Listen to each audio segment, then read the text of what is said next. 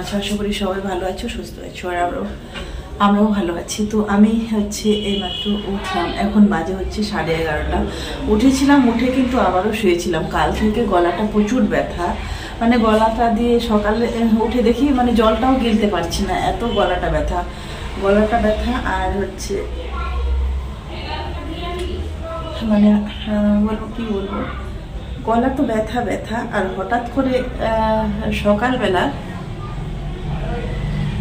মানে এরকম করে নাকটা দিয়ে এরকম করলাম, দেখছি যে নাক থেকে মানে 2-3টা মানে রক্ত ফোঁটা বের হলো। তো জানি না এখন কেন বা কিসের জন্য, কিন্তু আগে এরকম কখনো কোনোদিনও হয়নি। হঠাৎ করে দেখছি, তারপরে যখন কাশি দিলাম, তারপরে হঠাৎ করে দেখছি যে না, ওখান থেকেও ওই 2-3টা ফোঁটা মতো দেখতে পেলাম। তো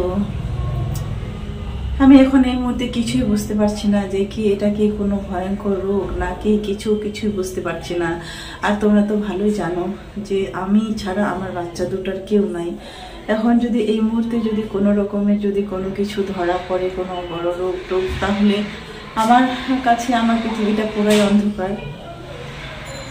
তো তোমাদেরকে এটা বললাম, তোমাদের কারো যদি জানা থাকে তাহলে অবশ্যই কমেন্ট করে জানাবে। কেন জানি না এটা হলো, কী কারণে হলো সেটা আমি নিজেও বুঝি না, কিন্তু হ্যাঁ এর আগে কোনোদিন দেখা দেয়নি। তো পরপর 2 দিন হচ্ছে মাথা জল দিয়েছিলাম,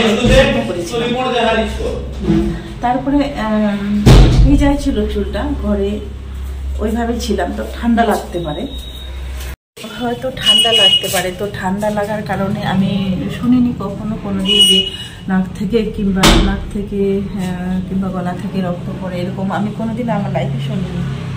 কিন্তু তারপরেও আমি জানি না। তো আমাকে এটা পরে সকাল থেকে খুব দুর্বল লাগছে আর কি, দেখার পরে মানে কি বলবো, মানে মেন্টালি ভাবে মানে ভেঙে পড়েছি এটা দিক থেকে।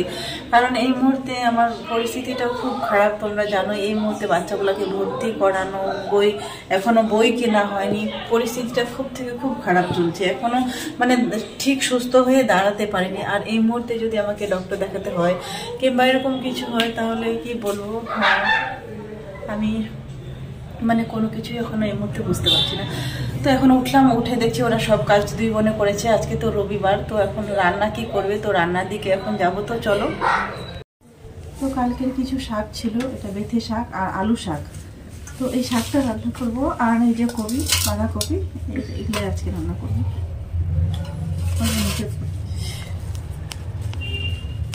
হ্যাঁ,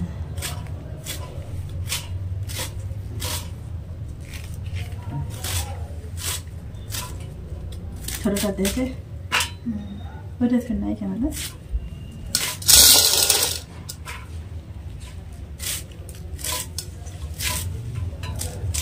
শাকটা ধানে চলায়।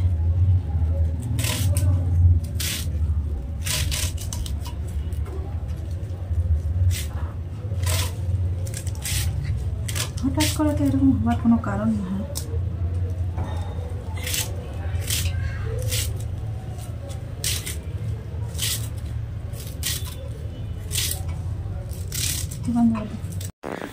তো বন্ধুরা, চলে এসেছি এবার রান্নার পালায়।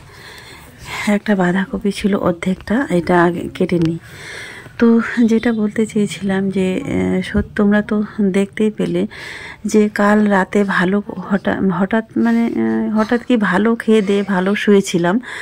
হঠাৎ করে দেখছি রাত্রেবেলা একটু গলাটা ব্যথা করছিল, মাথাটা যন্ত্রণা করছিল। তারপরে সারা রাতটা ওইভাবে কাটিয়েছি, কিন্তু হঠাৎ করে যখন ঘুম থেকে উঠে দেখি না, থুতু ফেলতে যাচ্ছি, গলাটা কি যেন জমেছিল। তারপরে যখন ফেলার পরে দেখছি যে গলা থেকে রক্ত বের হচ্ছে, তারপর নাকটা থেকেও বের হচ্ছে।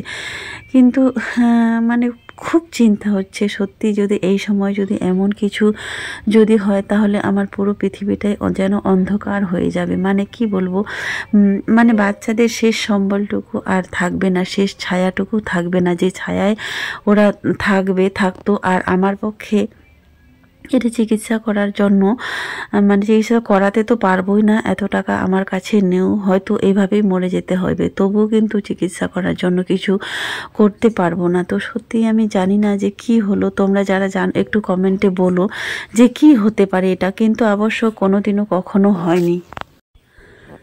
তো রান্না বান্না কমপ্লিট করার পরে খেতে বসছি, তো শুধু ওইটাই যেন মাথায় আমার ঘুরঘুর করছে যে এখন বাজে হচ্ছে কটা, 4:30। আর তো খাওয়া দাওয়ার পরে একটু শুয়েছিলাম। এই যে ওরা রেডি হচ্ছে, তো কালকে যেখানে গিয়েছিলাম তো ওখানে যাচ্ছি। একজন রিয়া রেডি হয়ে গেছে আর রাজিয়া রেডি হয়নি, তো যেহেতু আজকে প্রথম দিন তো আমি সঙ্গে যাচ্ছি, নিয়ে যাব। আর সঙ্গে কি প্রায় নিয়ে যাই, প্রতিদিনই নিয়ে যাই। আগে যখন যেত তখনও নিয়ে যেতাম, ওই 1 ঘন্টা 1.5 ঘন্টা আর কি, মানে পড়া বন্ধ থাকতো ওইটুকু সময়ের মধ্যে, ওই যতটুকু সময় ওরা প্র্যাকটিস করতো পড়া বন্ধ থাকতো অতটুকু সময়। তো সেই আগের মতোই আবার নিয়ে যাব। বেশ কিছুদিন হলো ও কিছুই করেনি, সব কিছু বাদ দিয়ে দিয়েছে। তো চলো আজকে ফার্স্ট টাইম নিয়ে যাচ্ছি। তো তারপরে সন্ধ্যা হয়ে গেল, 5টা বাজেনি, 4:30 বাজে। তো দুজনে রেডি হয়ে গেছে, দুজনকে নিয়ে যাচ্ছি। তোমাদেরকে কালকে বলেছিলাম যে ওদেরকে ভর্তি করার জন্য নিয়ে গেছিলাম, মানে স্পোর্টসে। ওখানে আগে থেকে শিখতো, কিন্তু মাঝখানে বন্ধ করে দিয়েছিল। কেন বলো তো, স্কুলের সমস্যা হচ্ছিল। তারপরে এখন ভাবছি যে আমার তো এটা আগে কখনো বুঝতে পারিনি। রিয়ার মাথা ব্যথা, ও একটু বেশি মানে মাথাটা যন্ত্রণা, মানে এটা ওটা ভাবতে ভাবতে না, আমাদের যেমন ও তো এখন বড় হয়ে গেছে, পুরো সাংসারিক ব্যাপারটা ওরও মাথায় চলে গেছে। যদিও এই সময় ওর ওটা ভাবা উচিত না, কিন্তু সে তো নিজের চোখে দেখছে, তাই না, পুরো সংসারটাকে। এই নিয়ে সেও প্রচুর ভাবনা চিন্তা করছে। তো তাই ভাবলাম যে যেটুকু সময় বাড়িতে বসে থাকতো ওইটুকু সময় আর দিব না। যদি বাইরে যদি এটা খেলাধুলা করে এটা ওটা করে কাটিয়ে দেয়, তাহলে হয়তো ওই চাপটা ওর মাঝে থাকবে না। আমি দিতেও চাই না, আমার চাপটা শুধু আমিই নিতে চাই। তো চলো, কথা বলতে বলতে নিয়ে চলে এলাম মাঠে। তো ওদেরকে এখন ওখানে দিয়ে আমি দাঁড়িয়ে থাকবো, যাব না, কারণ আমি আবার যাব, এইটুকু রাস্তা আবার যাব আবার আসবো, তো কেমন হয়ে যায়।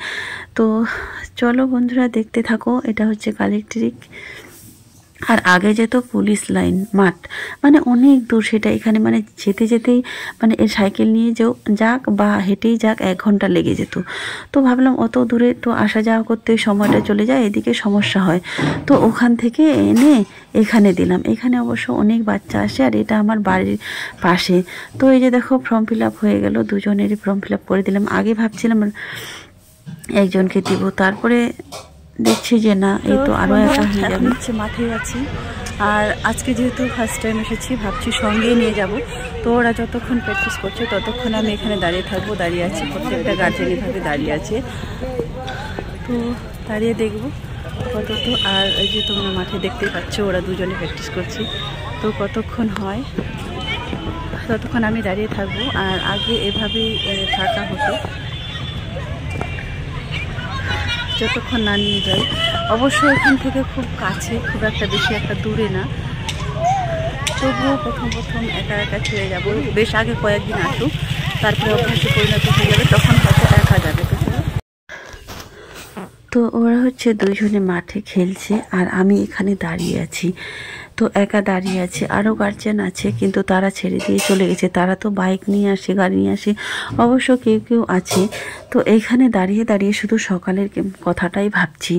সত্যি মানে আমার কি এত বড় কি কোনো রোগ ধরা পড়লো? ওটাই যদি হয়, তাহলে তো আমাকে কি বলবো, যে মরে যাওয়া ছাড়া আমার ভালো কোনো একটা ব্যবস্থা করতে পারবো না। কারণ তোমরা ভালো করেই জানো যে আমার উপর নির্ভর করে। আমি যখন সুস্থ থাকি, যে সুস্থ আমাকে থাকতে হয়, লোকের ঘরে ঘরে পড়াতে যেতে হয়, পড়িয়ে 2 পয়সা রোজগার করি। ঘরে বসে থেকেও অনলাইনে যেটুকুই করি, কিন্তু মুখ চালাতে হয়, হাত চালাতে হয়, দুটোই করতে হয়, তবেই কিন্তু হয়। মুখ বলতে যেমন ব্লগিংটা করি, এখানে তো কথা বলতে হয়, ভয়েস দিতে হয়, ভিডিওটা তৈরি করতে হয়, এডিট করতে হয়, কত কিছু করতে হয়, তবেই কিন্তু পারি। কিন্তু তো বন্ধুরা চলে আসলাম বাড়ি। এখন বাজে হচ্ছে 6:30 ছুটি হলো, 7টা বাজে। তো বাড়িতে চলে আসলাম, এখন ড্রেস চেঞ্জ করব আর হচ্ছে ওদেরকে মুখ হাত ধোয়াবো, ড্রেস চেঞ্জ করব, তারপরে কিছু খেতে দেব, তারপরে রান্না বান্নার দিকে যাব। আর এমনিতে তো যখন গেছিলাম সবকিছু এলোমেলো হয়েছিল, সবকিছু এখন গোছাবো। তো চলো তারপরে চলে আসলাম ঘরে। তো যাওয়ার সময় যেভাবে এলোমেলো ছিল সেগুলাই ছিল, ওভাবেই আছে। কারণ আমি তো ওদের সঙ্গেই ছিলাম, ওদের সঙ্গে গিয়েছিলাম, আবার ওখানে দাঁড়িয়েছিলাম। ভাবছি এটুকুই তো কাছে, আবার বাড়িতে যাব আবার আসবো, তো আসলাম না। তারপরে আমার জন্য করে নিলাম 2টো কলা রুটি আর এই যে এই স্যালাডটা। তো এটা দিয়ে এখন আমি খেয়ে নিব। আর ওদের জন্য হচ্ছে ভাত আছে, ওরা ভাত খাবে। তো রাতের খাওয়া এটাই করলাম। কিন্তু দেখো খাচ্ছি দাচ্ছি, 2টা খেতে পারবো না, একটা খাবো, একটা ওদেরকে দিব অর্ধেকটা করে। এটা হচ্ছে বানিয়েছিলাম কি বলতো, এটা হচ্ছে লঙ্কা তরকারিতে দেওয়া ছিল সিদ্ধ করা, কয়েকটা ঝাল ঝাল করে কাঁচা লঙ্কা চটকে দিয়ে লবণ, হলুদ, তেল, একটু গুঁড়ো মশলা, জিরা গুঁড়া সব কিছু দিয়ে এভাবে বানিয়েছি। দিয়ে কিন্তু দারুণ টেস্টি হয়েছিল। এটা আমি আমার অভিজ্ঞতা থেকে বানিয়েছি। তো কাকে কেমন লাগবে জানি না, কিন্তু খেতে কিন্তু দারুণ হয়েছিল, খেতে খুব ভালো লেগেছিল। তো এখন থেকে ভাবছি রুটি না বানিয়ে 2টা করে এভাবে বানিয়ে নিলে আমার রাতের খাওয়াটা হয়ে যাবে। তো চলো খাচ্ছি। আর তোমাদেরকে বললাম প্লিজ তোমরা একটু জানিও যে এটা কি হতে পারে। প্লিজ তোমরা একটু পুরো ভিডিওটা দেখো। পুরো ভিডিওটা দেখার পরে যদি একটু বলো তাহলে আমার ভালো লাগবে। সবার খাওয়া দাওয়া কমপ্লিট হয়ে গেল। আর ওখান থেকে আসার পরে যেভাবে হাত পা ব্যথা হয় স্বাভাবিক, ওরকমই সবার হাত পা ব্যথা, মানে বোনের আর আমার দুজনেরই। তো আগে যেহেতু আমরা পুলিশ লাইন মাঠে বা কলেজ মাঠে গিয়েছিলাম, সেজন্য মানে অতটা ব্যথা বলতে কিছু নেই। না হলে প্রথম যদি এই সমস্ত মানে যায় কেউ, তাহলে প্রচুর হাত পা ব্যথা করে, তারপরের দিন জ্বর চলে আসে পর্যন্ত। তো এদিকে মায়ের একটু শরীরটা খারাপ ছিল, তার জন্য মা শুয়ে গেছে। তো বোন এখন মশারিটা খাটাচ্ছে। তো এতক্ষণ পড়ছিল, ও চলে এলো। এখন কটা বাজে? 10:30 বাজে। তো আজকে একটু তাড়াতাড়ি ঘুমাবো, কারণ কালকে স্কুল আছে, সকাল সকাল উঠতে হবে। আর না হলে প্রত্যেক দিন একটু রাতই হয়ে যায় ঘুমাতে ঘুমাতে, ওই 12টা-1টা হয়ে যেত। তো যাই হোক, আজকের ব্লগটা এতটুকুই থাকছে। আবার নেক্সট ব্লগে দেখা হচ্ছে। Tata, bye bye.